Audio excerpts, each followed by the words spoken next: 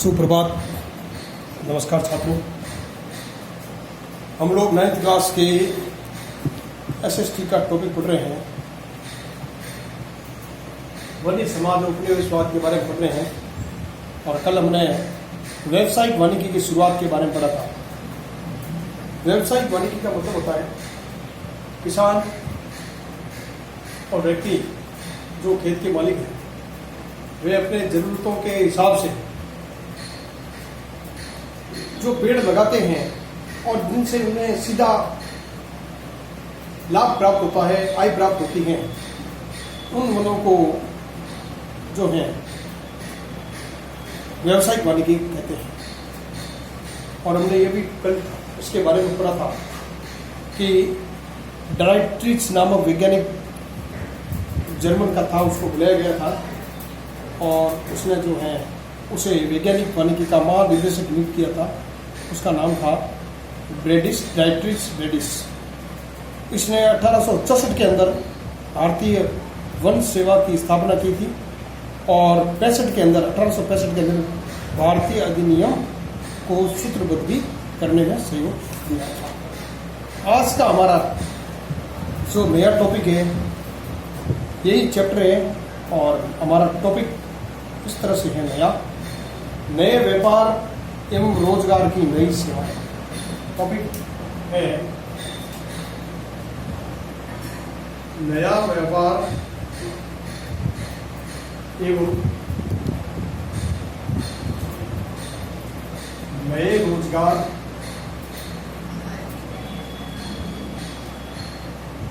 और नई सेवाएं।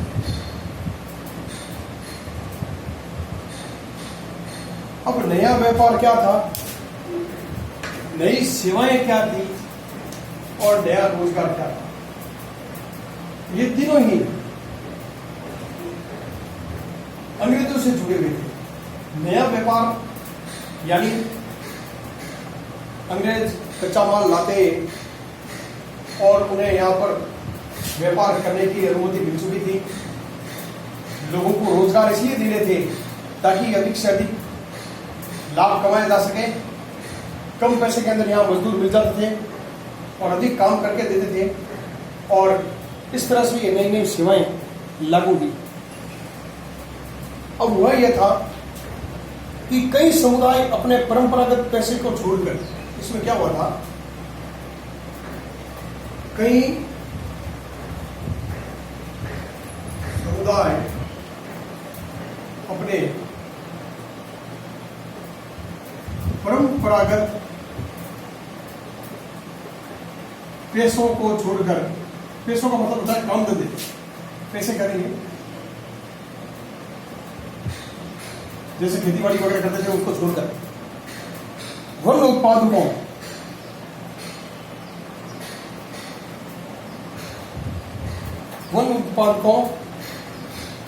का व्यापार करने लगे। यानी उन्होंने ये समझा कि इसमें अधिक लाभ है। अंग्रेजों ने उनको लाभ भी दिया, लाभ के लिए कुछ लोग प्रलोभन भी दिया। महज इसमें यह हुआ, हिंदुस्तानी नहीं, महज इसमें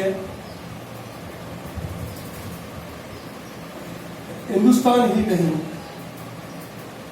बल्कि पूरा विश्व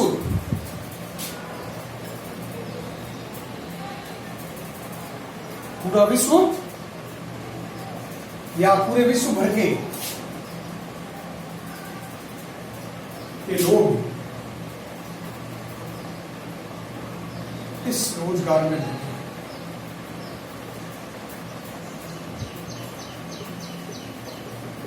क्योंकि जब भी कोई नई वस्तु आती है, नया भ्रम शुरू होता है तो लोग उस तरफ एक बार ज्यादा आकर्षित होते हैं।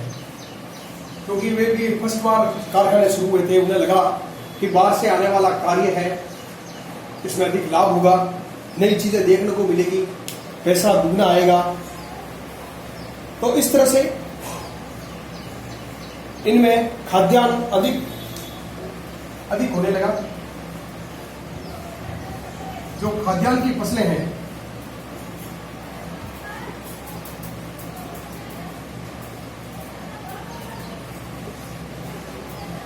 हालांकि एक बार इसमें खाद्यान्न की फसलों का उत्पादन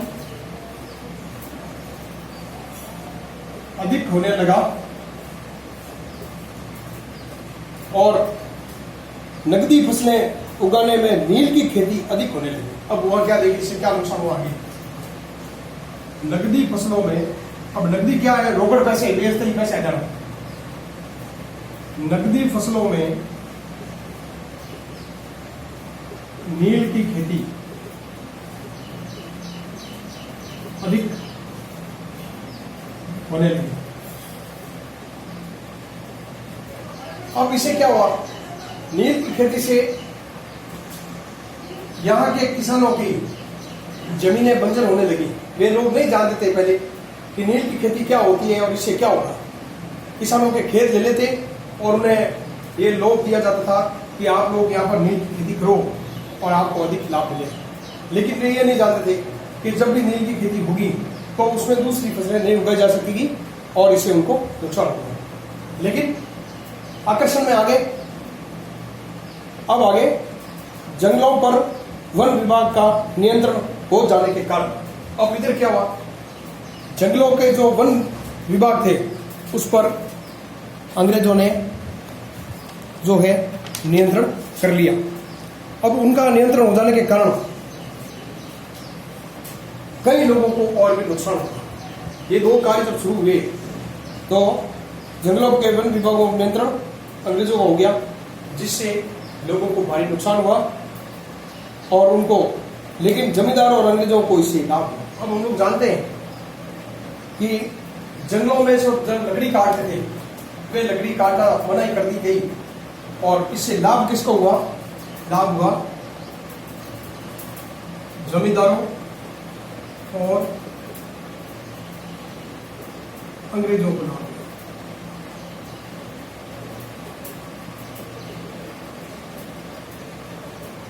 और बेचारे किसानों को काफी नुकसान उठाना पड़ा। 19वीं शताब्दी में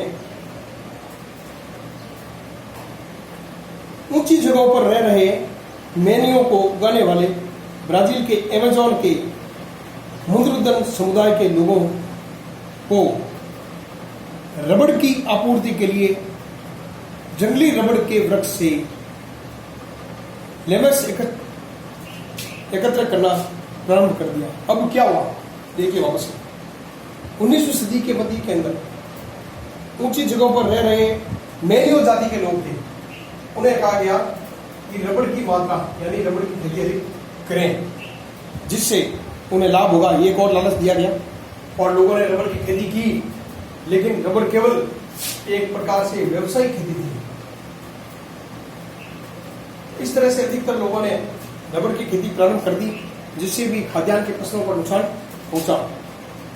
उसके बाद में आदिवासी समुदायों द्वारा बंजारा, आदिवासी समुदायों में कौन कौन आते हैं, जैसे बंजारा है, जैसे घुमंतू समुदाय है, उनके मध्य और एक दूसरे के समान जैसे खाल, सींग, रेशम, कोए, हाथीदांत, बांस, मसाले देशों में छोड़ उसके अलावा घास, गोंद, राल के व्यापार के सबूत भी मिलते हैं। क्योंकि इस समय क्या हुआ, ये ज्यादातर जो मैंने बताए हैं कि व्यवसाय ज्यादा होते थे, उनको भी काफी नुकसान पहुंचे, क्योंकि ये खेती मसाले, खाल, सींग वगैरह बाहर जाते थे, तो इन्होंने इनको रोक लगा दी और वे स्वयं ही इनको ले लेते थे और अधिक मुनाफा नहीं होता था। उसके बाद में क्या हुआ कि मद्रास प्रेसिडेंसी के कारण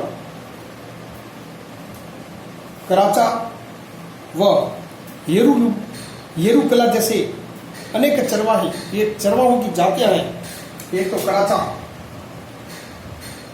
और एक दूसरी जाति है येरुकला, ये दो जातियां हैं, येरुकला और कचारा, ये चरवाही की जातियां हैं।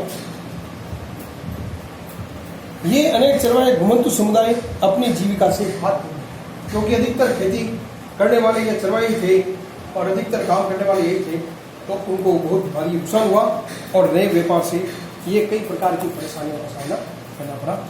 इस प्रकार से हमारा टॉपिक यहीं समाप्त होता है। कल नया टॉपिक। धन्यवाद।